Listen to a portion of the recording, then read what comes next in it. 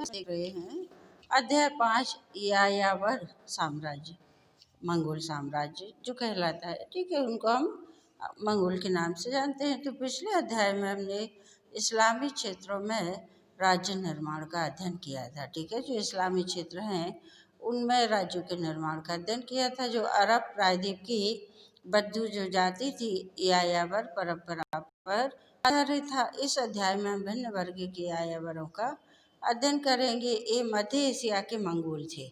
यायावर जो थे वो मध्य एशिया के मंगोल थे, जिन्होंने चंगेज खां के नेतृत्व में 13वीं शताब्दी में एक पार महाद्वीपीय साम्राज्य की स्थापना की थी। पार महाद्वीपीय यानी अपने महाद्वीप से दूसरे महाद्वीप पर उसने स्थापना की थी। चंगेज खां का साम्राज्य यूरोप और एशिया तक फैला था।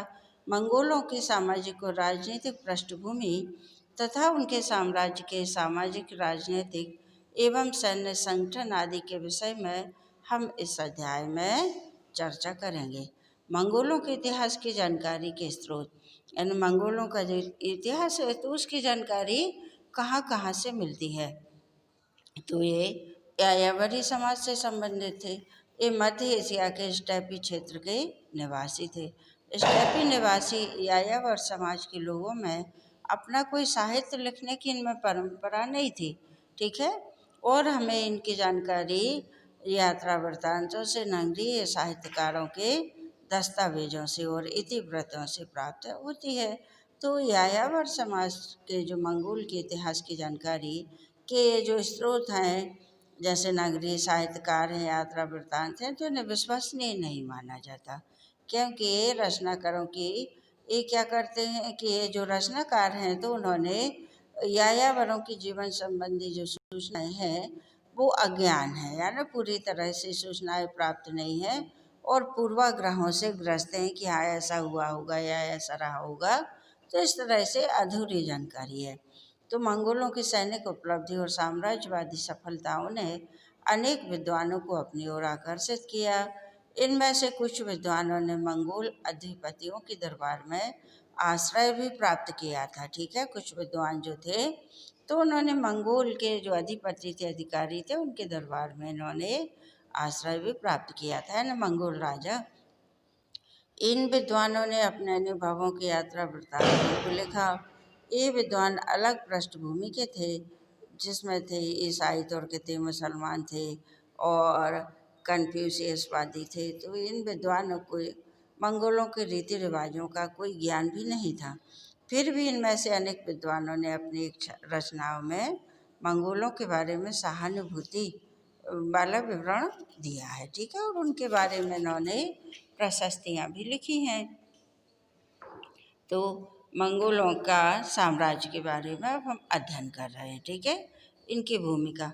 तो जो 13वीं और 14वीं शताब्दी का मंगोल साम्राज्य था तो ये दुनिया का एकमात्र यायावर साम्राज्य माना जाता था। यानी उस समय यायावर केवल कहाँ पे थे, ये दुनिया में मतलब एकमात्र यायावर थे जो कि 13वीं और 14वीं शताब्दी में मंगोल साम्राज्य के नाम से इन्होंने स्थापना की थी। जो कि चंगेज, जिसका मतलब मुखिया कौन था, जिसके नेतृत्व में मंगोल साम्राज्य की स्थापना हुई थी, वो चंगेज थे, चंगेज खान।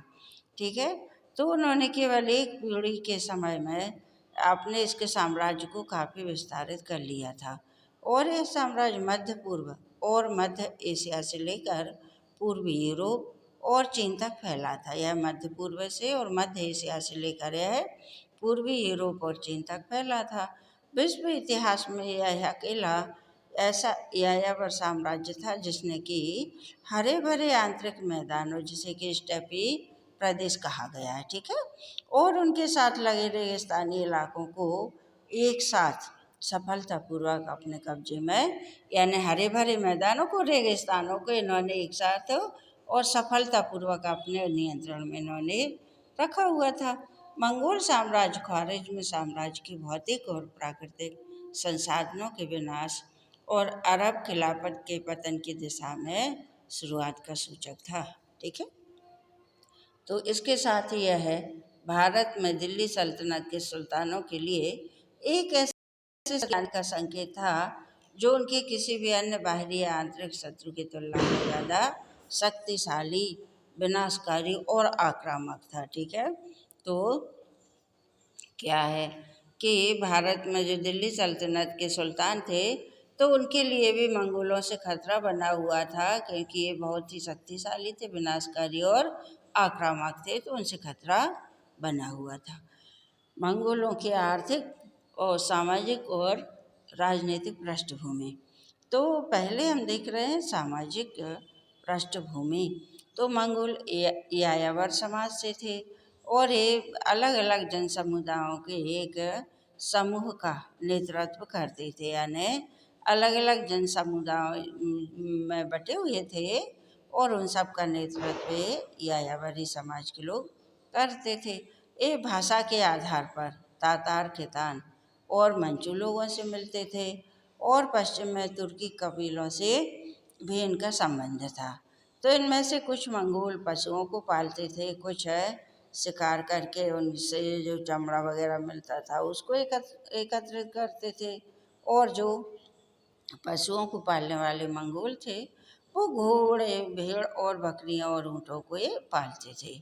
तो इनका यायावरीकरण जो है मध्य एशिया के हरे भरे मैदानों से हुआ था, जो कि वर्तमान में आधुनिक मंगोलिया राज्य के अंतर्गत आता है। ठीक है, यानी इन मंगोलों ने जो अपने साम्राज्य विस्तार किया, तो इन्होंने एशिया के हरे भरे मैदानों से शुरुआत की, जो कि आज भी आधुनिक मंगोलिया राज्य के नाम से जैसे जाना जाता है। ठीक है, तो प्राकृतिक दृष्टि से इस क्षेत्र का परिदृश्य बहुत ही मनोरम था। इस क्षेत्र के पश्चिमी भाग में अल्ताई पहाड़ों की बर्फीली चोटियाँ थीं। ठीक है, पश्चिम में बर्फीली चोटियाँ थीं और दक्षिण में गोबी का शुष्क सूखा मरुस्थल फैला हुआ था। तो इस क्षेत्र के उत्तर पश्चिम में ओनोन और सैलंगा जैसी नदियाँ और बर्फीली पहाड़ियों से गिरने वाली सैकड़ों झरने थे। ठीक है, तो यानी इसकी भौगोलिक स्थिति जो है सब तरफ से अलग अलग थी। एक तरफ क्या थी कि पहाड़ों की बर्फीली बहुत ज़्यादा चोटियाँ थी, बहुत ऊंचाई वाली, और दूसरी तरफ मरुस्थल था। ठीक है, और उत्तर पश्चिम में ओनोन और सैलंगा जैसी महान नदियाँ थीं और बर्फीली पहाड़ियों से गिरने वाले सैकड़ों झरने थे। तो इस क्षेत्र में पशु चारण के लिए हरी भरी घास भी बहुत अधिक मात्रा में थी और इसके अनुकूल ऋतुओं में छोटे मोटे शिकार भी प्रचुर मात्रा में। ठीक है, तो क्या वहाँ खाद्य सामग्री अधिक थी, हरे भरे मैदान थे, जंगल हरे भरे वो थे, पेड़ पौधे थे, मैदान थे, जंगल थे, तो वहाँ पे पशु भी बहुत मात्रा में थे और छोटे मोटे शिकारी आसानी से कर लिया करता था। तो शिकारों को करके उनका जो सामान इकट्ठा करते थे, तो ये संग्राहक लोग कहलाते थे। ठीक है, और पशु पालकों के आवास क्षेत्र के उत्तर में साइबेरियाई वनों में रहा करते थे। जो पशुओं को पालते थे वह साइबेरिया के वनों में रहते थे। तो इन लोगों की आर्थिक स्थिति पशुपालकों की तुलना में दयनीय थी। जो शिकार करते थे उनकी स्थिति दयनीय थी। ठीक है, पशुपालक पशुओं को पाल के अपना जीवन अच्छा चला रहे थे। तो ये लोग ग्रीष्म काल में पकड़े पशुओं की खाल का व्यापार करते थे। गर्मियों में जो पशुओं को पकड़ते थे उनका शिकार करते थे, तो उनकी खाल का ये व्यापार करते थे। ठीक, और यही व्यापार से इनकी आजीविका चलती थी। तो इस पूरे क्षेत्र की जलवायु में बहुत अंतर था। वहाँ के अधिकतम और न्यूनतम तापमान में भी बहुत अंतर था। एक तरफ क्या था, इसमें मरुस्थल था, एक तरफ बर्फीली पहाड़ियाँ थी और एक तरफ महान विशाल नदियाँ थी, और नदियों के पास ही बर्फीली पहाड़ियों से गिरने वाले सैकड़ों झरने थे। तो चारों तरफ से इनकी जो जलवायु जो है बहुत ही कैसी थी, एक दूसरे से अलग थी, विषम थी। ठीक है, तो यहाँ के न्यूनतम और अधिकतम तापमान में बहुत अंतर पाया जाता था। कभी तापमान बहुत न्यूनतम होता था, एक तरफ का तापमान बहुत ही न्यूनतम, तो दूसरी ओर का तापमान अधिक होता था।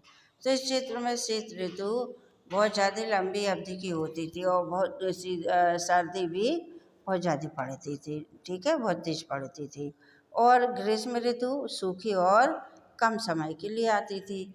तो इसलिए चारण क्षेत्र में सीमित अवधि में ही कृषि करना संभव था। ठीक है, तो इनको कृषि करने के लिए बहुत कम समय मिल पाता था, लेकिन मंगोलों ने कृषि कार्य को नहीं अपनाया, चूँकि पशुपालकों और शिकारी संग्राहकों की अर्थव्यवस्था घनी आबादी का भरण पोषण करने में समर्थ नहीं थे। ठीक है, तो क्या है, इनकी अर्थव्यवस्था जो थी तो घनी आबादी का भरण पोषण करने में ये समर्थ नहीं थी, यानी इतनी इनकी आमदनी नहीं थी कि ज़्यादा आबादी वाले उसमें क्षेत्रों में रह सकें और ज़्यादा आबादी में अपना जो भरण पोषण कर सकें। तो इस क्षेत्र में नगरों का विकास नहीं हुआ।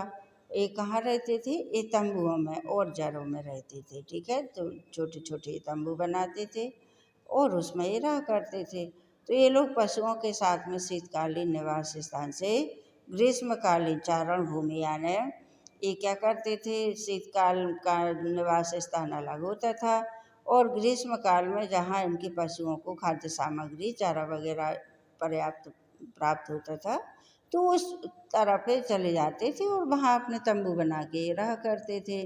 ये लोग क्या है, एक स्थान पे नहीं रहते थे स्थायी। ठीक है, भोजन की तलाश में ये इधर से उधर होते रहते थे, लेकिन निर्जातीय और भाषाई संबंधों में मंगोल लोगों की आपस में परस्पर जोड़े रखा था। ठीक है, तो क्या है, भाषा के आधार पर ये एक दूसरे से जुड़े हुए थे।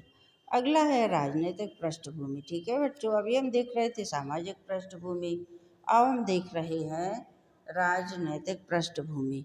तो आर्थिक संसाधनों के अभाव के कारण मंगोल समाज अनेक पितृपक्षीय वंशों में विभक्त था।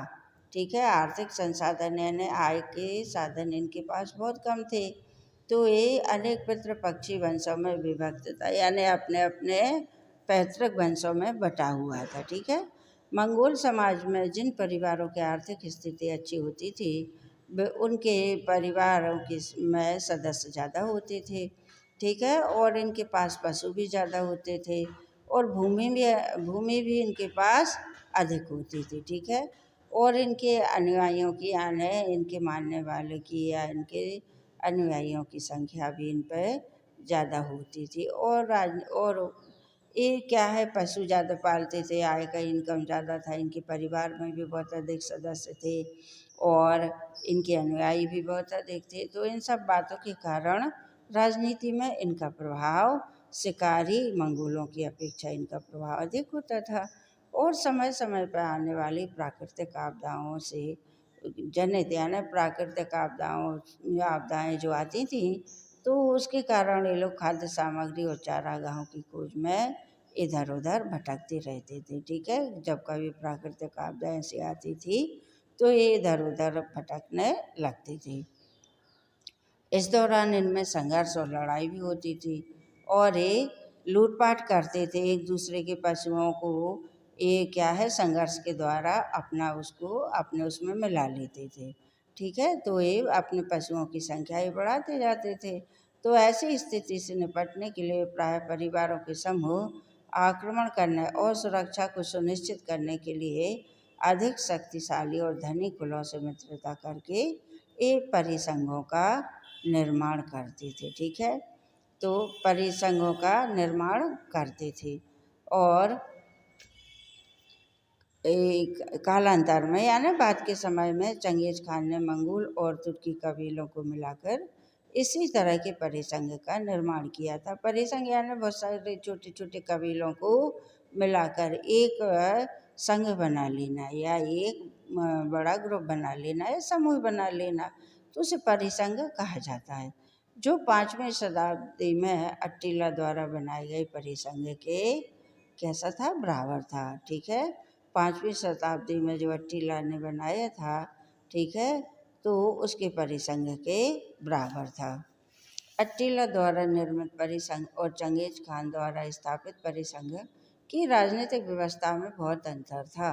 अट्टिला मतलब ये भी एक 5वीं शताब्दी में थे, तो इन्होंने भी जो किया था, मतलब परिसंघ बनाया था कबीलों को एक करके अट्टिला ने, तो उनका परिसंघ और चंगेज खान ने जो परिसंघ बनाया था, तो उनकी राजनीतिक व्यवस्था में अंतर था। ठीक है, तो जो अट्टिला का परिसंघ था राजनीतिक दृष्टि से अल्पकालीन सिद्ध हुआ वह, और चंगेज खान का परिसंघ राजनीतिक व्यवस्था अधिक स्थायी हुई, जो कि चंगेज खान की मृत्यु के बाद भी कायम रही। यानी चंगेज खान ने जो परिसंघ बनाया था बहुत सारे कबीलों को मिला के एक संघ बना लिया था, तो यह उनकी मौत के बाद भी इसी आधार पर चलता रहा, और वह राजनीतिक व्यवस्था जो चंगेज खान की परिसंघ की थी वह अधिक स्थायी रही। ठीक है, तो इसी व्यवस्था में चीन, ईरान और पूर्वी यूरोप के देशों को